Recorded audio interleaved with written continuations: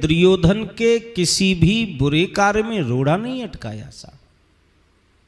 कभी दुर्योधन को उन्होंने डांटा तक नहीं कि बेटा तू ऐसा क्यों कर रहा है।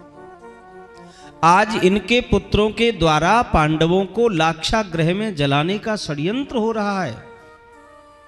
श्री सुखदेव स्वामी जी कहते हैं, राजन जब यह बात परीक्षित को, ये महाराज विदुर जी को पता चली तो विदुर जी ने आकर के धृतराष्ट्र को बहुत समझाया। राजन, अन्याय की बेल पर कभी भी अमृत का फल नहीं आ सकता। जिस बेल को विष से सींचा गया हो उस पर अमृत जैसा फल कैसे हो सकता है। आपके पुत्रों के द्वारा जो पांडवों को जलाने का षड्यंत्र हो रहा है उसे आप रोकिए महाराज। ये पिता का कर्तव्य भी होता है कि पुत्र यदि कुमार्गगामी बने तो पिता उसे रोके। और हमारे शास्त्र की नीति कहती है कि एक नगर को नष्ट करने से, ध्यान देना ये विदुर नीति है, एक नगर को नष्ट करने से पूरा प्रांत सुरक्षित रह सकता हो तो उस नगर को नष्ट कर देना चाहिए। एक परिवार को नष्ट करने से यदि पूरा नगर सुरक्षित रह सकता है तो उस परिवार को नष्ट कर देना चाहिए। परिवार में से किसी एक व्यक्ति को नष्ट करने से यदि पूरा परिवार सुख शांति से रह सकता है तो उस एक व्यक्ति को नष्ट करने में राजन संकोच नहीं होना चाहिए। और महाराज आपके कुल में दुर्योधन तो कलंक पैदा हुआ है। देख लेना एक न एक दिन तुम्हारे वंश को ये निर्वंश करके रहेगा।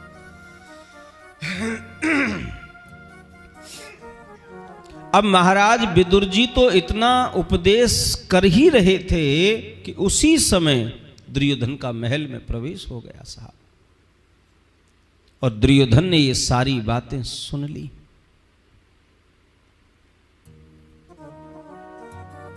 और महाराज क्रोध के मारे लाल हो गया और बोला, मेरे पिता महाराज को मेरे विरोध में भटका रहे हो दासी पुत्र, निकल जाओ मेरे महल से।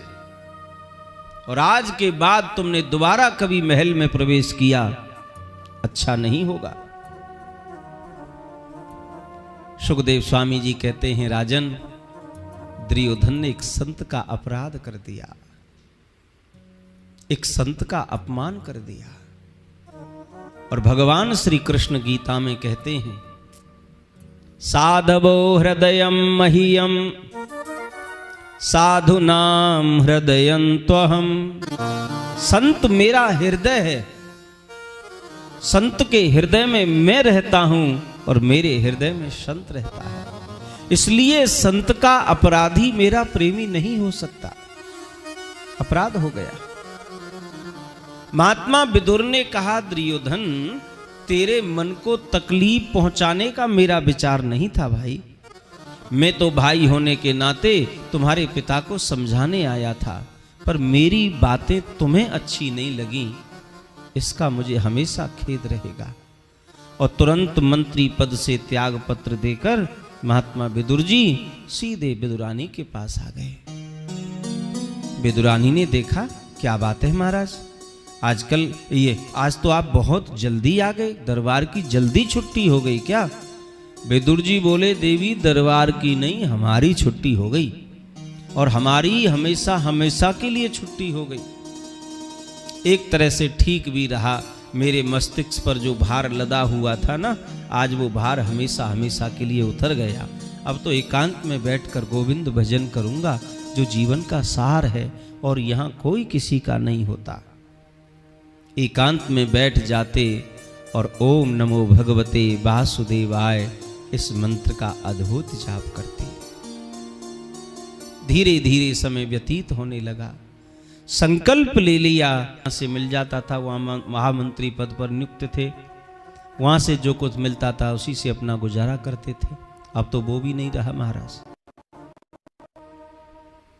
धीरे धीरे समय व्यतीत हो रहा है। आज न जाने महात्मा विदुर जी को क्या हुआ, बड़े प्रसन्न चित्त, बड़े प्रसन्न भाव से विदुरानी के पास आए। विदुरानी ने देखा, क्या बात है महाराज, आज चेहरा बड़ा खिला हुआ नजर आ रहा है। 12 वर्ष के लिए आपने संकल्प लेकर के, आपने फलार का संकल्प लिया था, भजन में बैठे थे, वर्षों बीत गए, आपने अन्न तक का सेवन नहीं किया, फिर भी आपका चेहरा बड़ा चमक रहा है, चेहरे पर बड़ी खुशी है, बड़ा तेज दिखाई दे रहा है, क्या मिल गया महाराज? विदुर जी ने कहा, तुम्हें नहीं मालूम? नहीं तो? अरे पगली, बहुत बड़ी गलती कर दी तुमने। जरा कुटिया से बाहर निकल के देखो तो सही, हस्तिनापुर कैसा दुल्हन की तरह सजाया गया है। जगह जगह तोरणदार द्वार, जगह जगह बंधनवार बंधे हैं। द्वारकाधीश की जय हो, द्वारकानाथ की जय हो, द्वारकानाथ की जय हो। नगर के नर नारी महलों पे, अट्टालिकाओं पे चढ़ के फूलों की वृष्टि कर रहे हैं। विदुरानी ने कहा, लेकिन क्यों? अरे आज मेरा द्वारिकानाथ हस्तिनापुर में शांति दूत बन करके आ रहा है। विदुरानी ने कहा, क्या कहा? हस्तिनापुर में कन्हैया पधार रहे हैं, हमारे लाला आ रहे हैं। पहले तो प्रसन्न हुई, बाद में दुखी मन से बोली, महाराज हम कन्हैया को देखेंगे कैसे? क्योंकि आजकल आप महामंत्री तो हैं नहीं। महामंत्री होते तो हम ऊपर मंच पर जाकर के गोपाल को मिल आते। विदुर जी ने कहा, देवी मन को कभी छोटा नहीं करना चाहिए, मन को छोटा करने से क्या फायदा? अरे भगवान को हम न देख पाए तो क्या हुआ, भगवान तो हमें जरूर देख लेगा, और उसकी एक दृष्टि भी हमारे ऊपर पड़ गई तो हम समझेंगे हमें सर्वस्व मिल गया। विदुर विदुरानी सबसे पीछे दीवार से सिर लगाए खड़े हुए हैं। द्वारकानाथ पधारे, नगर के नर नारी फूलों की वृष्टि करने लगे। कोई भगवान को माल्यार्पण कर रहा है तो कोई ठाकुर जी की आरती उतार रहा है। महलों पे, अट्टालिकाओं पे चढ़ के नर नारी फूल बरसा रहे। द्वारकानाथ की जय हो, द्वारकाधीश की जय हो, द्वारकानाथ की जय हो। पूरा नगर गुंजायमान हो गया जय जयकारों से साहब। लेकिन ध्यान रखना, कन्हैया ने किसी की आरती को नहीं देखा, भगवान ने किसी के बरसते हुए फूलों को नहीं देखा, भगवान ने किसी के हार को नहीं देखा। देखा तो उस भीड़ में बस ये देखा कि इस भीड़ के बीच में मेरा संत विदुर कहाँ है, मेरा महात्मा विदुर है कहाँ? और जैसे ही महात्मा विदुर पर द्वारकानाथ की दृष्टि पड़ी, आहा, मत पूछिए महाराज, महात्मा विदुर तो उछल उछल कूद कूद कर नाचने लग गया। उसका मन रूपी मयूर आनंद के हृदय रूपी समुद्र में अवगाहन करने लगा और विदुरानी को हाथ लगा करके बोले, पगली देख, गोपाल मुझे देख रहा है, देख तो सही, कन्हैया मुझे देख रहा है। और देखते देखते कन्हैया ने भी इशारा कर दिया, काका चिंता मत करना, मैं तेरे घर जरूर आऊंगा, तेरे घर जरूर आऊंगा। आंखों ही आंखों में मुलाकात कर ली, रहे दोनों खामोश और बात कर ली। न भक्त ने कुछ कहा न भगवान ने कुछ कहा, आंखों ही आंखों में मुलाकात हो गई और बात भी हो गई। कह दिया, काका मैं तेरे घर जरूर आऊंगा। विदुर जी ने विदुरानी से कहा, तुमने सुना, कन्हैया कह करके गए हैं मेरे घर जरूर आएंगे। तुम एक काम करो, दौड़ करके जाओ, कुटिया में गाय के गोबर का चौका लगाना, कदली के खंबे दरवाजे पर खड़े कर देना, दरवाजे पर बंधनवार बांध देना, कुटिया की सुंदर सजावट करके रखना। तुम तो कुटिया की सुंदर सजावट करो, आज मैं थोड़ा सभा में जाके देखूं वहां पांडवों के पक्ष का क्या निर्णय लेकर के आए हैं कन्हैया। सज्जनों, महात्मा विदुर ने आकर के देखा, क्या देखा? एक बहुत विशाल मंच बना हुआ है और उस मंच पर सुंदर सुंदर सिंहासन बने हैं। उन सिंहासनों पर किसी पर कृपाचार्य, किसी पर द्रोणाचार्य, किसी पर भीष्म पितामह, बड़े बड़े अथरथी महारथी वीर पुरुष विराजमान हैं। और ध्यान देना, उन्हीं मंचों के मध्य में एक स्वर्णमणित मंच है जिस पर द्वारकाधीश प्रभु विराजमान है। अब सज्जनों, महात्मा विदुर जी को ऊपर जाने की अनुमति तो है नहीं, क्योंकि आजकल महामंत्री नहीं है। तो क्या करें? तो जहां नगर के नर नारी, जहां आम जनता बैठी हुई थी, उसी भीड़ में जाकर महात्मा विदुर छुप करके बैठ गए। द्वारकानाथ प्रभु अपने आसन से खड़े हुए और वहां जितने भी बुजुर्ग लोग उपस्थित थे सबको हाथ जोड़ करके भगवान ने प्रणाम किया।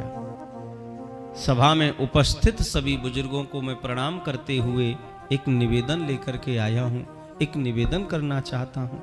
और जैसे ही द्वारकानाथ ने निवेदन प्रारंभ किया कि कन्हैया की दृष्टि भीड़ में घूम गई साहब, और उस भीड़ में बैठे थे महात्मा विदुर। फिर पुनः द्वारकानाथ की दृष्टि महात्मा विदुर से जाकर टकरा गई, और जैसे ही कन्हैया ने महात्मा विदुर को नीचे बैठे देखा तो प्रभु के नेत्रों में आंसू आ गए। एक दिन इस व्यक्ति को इसी सिंहासन पर आसन मिलता था महामंत्री का, इसी मंच पर इसका स्थान होता था। आज उसका इतना अपमान किया गया कि वो बेचारा नीचे बैठा है।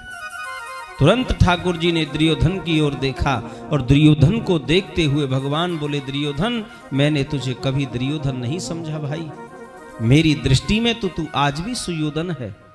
क्यों? क्योंकि दुर्जनम प्रथमम वंदे सज्जनम तदनम तनम। शास्त्र कहता है सज्जन को भले ही बाद में प्रणाम करो, पर अपनो काम यदि बनाना हो तो दुर्जन को पहले प्रणाम करो। दुर्जन को प्रणाम पहले करो, सज्जन को तो प्रणाम करो या मत करो, वो तो बेचारा राजी रहता है। ये राजी नहीं होते तो दुर्जन राजी नहीं होते, और तुम्हारे प्रणाम करने पर भी राजी हो जाए तो भगवान की कृपा ही समझो अपने ऊपर के, बड़ी कृपा है जो राजी है। नहीं तो दुष्ट कहाँ माने महाराज, कुछ भी कर लो आप, वो अपनी प्रवृत्ति नहीं छोड़ सकते साहब। तो दुर्योधन ने कहा ये तो आपकी महानता है कि नहीं, आप तो किसी को भी सम्मान दे देते हो। भगवान ने कहा बात महानता की नहीं है भाई, मेरी दृष्टि में तो तू आज भी सुयोधन है, और मैं तो बस ये निवेदन करने आया था कि पांडव तेरे चाचा के पुत्र हैं भाई, इसलिए वो आधे राज्य के पूर्ण अधिकारी हैं।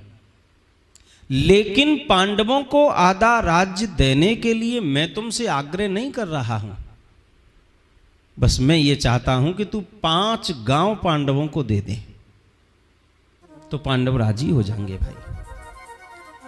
5 गांव भी पांडवों को तू देगा तो उन्हें राजी करने का मैं प्रयास करूंगा। सज्जनों, द्वारकानाथ के मुख से पांडवों का नाम सुना तो दुर्योधन क्रोध के मारे आग बबूला हो गया। आखिर हो तो ग्वाला ही ना कृष्ण तुम, आखिर हो तो गौ चराने वाले ही ना, अभी तुम्हें राजनीति का बोध कितना।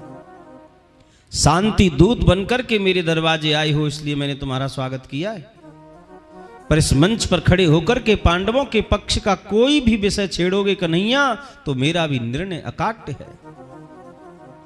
सूचग्रे नैव दास्यामि बिना युद्धेन केशवः। एक सुई की नोक के बराबर भी जमीन, भैया यार बंद कर दे भाई, बंद करके रखना यार। एक सुई की नोक के बराबर भी जमीन मैं बिना युद्ध के नहीं दे सकता।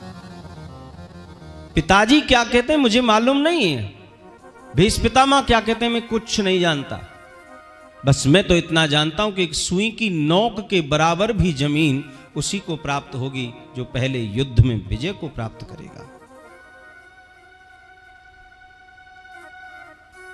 कन्हैया ने दुर्योधन को व्यंग भरी नजरों से देखते हुए कहा, दुर्योधन तूने युद्ध कभी देखा है? युद्ध की विभीषिका देखी है? नानी से सुन लिया होगा कहानी में, जब तुम मां की गोद में दूध पीते होंगे तब तुमने युद्ध की कथाएं सुनी होंगी। हजारों स्त्रियां विधवा हो जाएंगी, लाखों बच्चे अनाथ हो जाएंगे। जिस भूमि को तुम हरी भरी देख रहे हो दुर्योधन, ये वीरों के रक्त से रंगित हो जाएगी, ये पूरी भूमि लाल हो जाएगी। और तुझे तो इतना भी सहूर नहीं है कि शांति दूत के साथ में कैसा व्यवहार करना चाहिए। शांति दूत के साथ कैसा व्यवहार तुझे इतना भी मालूम नहीं। बगल में धृतराष्ट्र बैठे थे, सो धृतराष्ट्र ने हाथ पकड़ के दुर्योधन का दबा दिया। दुर्योधन पागल हो गया है तू, भगवान को ऐसे बोल रहा है? भगवान यदि हमारे विपरीत चले गए बेटा तो कभी भी विजय प्राप्त नहीं हो सकती। कुछ भी कर, कैसे भी कर, इनको अपने पक्ष में लेने का प्रयास कर। भाई तू क्या कर रहा है? तो सज्जनों, दुर्योधन के चेहरे की आकृति जो बिगड़ी हुई थी ना, तुरंत बदल गई और बनावटी हंसी हंसते हुए बोला माफ करना गोपाल, बचपन से बड़ा उद्दंड रहा हूं ना, पता नहीं ऊपर से क्या क्या बोल दिया मैंने। पर एक बात कहूं कन्हैया, अंदर से आत्मा बड़ी निर्मल है मेरी, मन बड़ा साफ है कन्हैया। चलो छोड़ो ये राजनीति की बातें, ये बातें तो हम बाद में भी कर लेंगे, चलो पहले अंदर पधारो। कन्हैया ने कहा अंदर? अंदर क्या है भाई? अब तूने बाहर आते आते इतना बढ़िया स्वागत सम्मान कर दिया हमारा, अब अंदर ले जा करके क्या प्रोग्राम बना रहा है भाई तू? है? दुर्योधन ने कहा नहीं नहीं, वो क्या है ना कन्हैया, वो मेरी माताजी ना आपके लिए 56 भोग बनाए, भोग के लिए। चलो पहले अंदर पधारो, पहले भोजन कर लें, उसके बाद में ये सब बातें तो होती रहेंगी। जल्दी करो कन्हैया, चलो अंदर। कन्हैया ने कहा भैया दुर्योधन, भोजन तो केवल 2 परिस्थितियों में किया जाता है। एक तो भोजन करने वाले के पेट में भूख हो, और दूसरे भोजन कराने वाले के मन में श्रद्धा हो। तेरे मन में श्रद्धा नहीं है और भैया मेरे पेट में भूख नहीं है, बस बात खत्म। और कन्हैया बोले आज तो भोजन करने का कोई प्रश्न ही नहीं उठता। क्यों? कन्हैया ने कहा वो क्या है कि वो आज तो विदुर काका के घर मेरा निमंत्रण है, और भीड़ में बीच में वहीं बैठे थे महात्मा विदुर। विदुर जी बोले बाप रे बाप, हमने कब निमंत्रण दिया? हमारी तो भोजन के बारे में इनसे कभी स्वप्न में भी चर्चा नहीं हुई, और ये भरी सभा में खड़े होकर के कह रहे हैं विदुर काका के घर मेरा निमंत्रण है, और मेरे घर 12 वर्ष होने को आगे चूल्हा तक नहीं जला, इसको खिलाऊंगा क्या? महात्मा विदुर से रहा नहीं गया, खड़े होकर के कहा कन्हैया क्या कह रहे हैं? कन्हैया ने कहा चुपचाप बैठ जाओ, अब जो हम कह रहे हैं वही होगा। विदुर जी तो बेचारे सभा छोड़ करके भागे, क्या भरोसा मुरली वाले का कब घर पहुंच जाए, और मेरे घर में कुछ भी नहीं है, इसको खिलाऊंगा क्या? गोप ग्वालों की नगरी में गए। महात्मा विदुर कहीं से दूध ले रहे हैं, कहीं से दही ले रहे हैं, कहीं से माखन मिश्री खोआ के लड्डू सब व्यवस्था करने में लगे महाराज। इधर कन्हैया ने दुर्योधन से कहा रे दुर्योधन, तेरे घर में कैसे कर सकता हूं भोजन? क्यों? क्योंकि बाबा गोस्वामी श्री तुलसीदास जी लिखते हैं रामायण में, आवत ही हर से नहीं, नयनन नहीं स्नेह। भगवान शंकर भी कहते हैं सती से, यद्यपि विरोध मान जहां कोई, तहां गए कल्याण ना होई। कोई हमें देखकर अपने मन में कोई दुर्भाव रखता हो, हमसे कोई विरोध मानता हो, ऐसी जगह कभी मत जाइए, ऐसी जगह जाने से कल्याण नहीं होगा। और गोस्वामी तुलसीदास जी लिखते हैं कि आवत ही हर से नहीं, नैनन नहीं स्नेह। तुलसी वहां न जाइए, चाहे कंचन बरसे मेह। तुलसी वहां न जाइए, चाहे कंचन बरसे मेह। सोने की बरसात भी कहीं हो तो ऐसी जगह कभी मत जाओ। उत्तमा मान मिच्छन्ति धनम मानंच मध्यमा। उत्तम कोटि के जो लोग होते हैं भैया, वो धन को नहीं, वो सम्मान को महत्व देते हैं।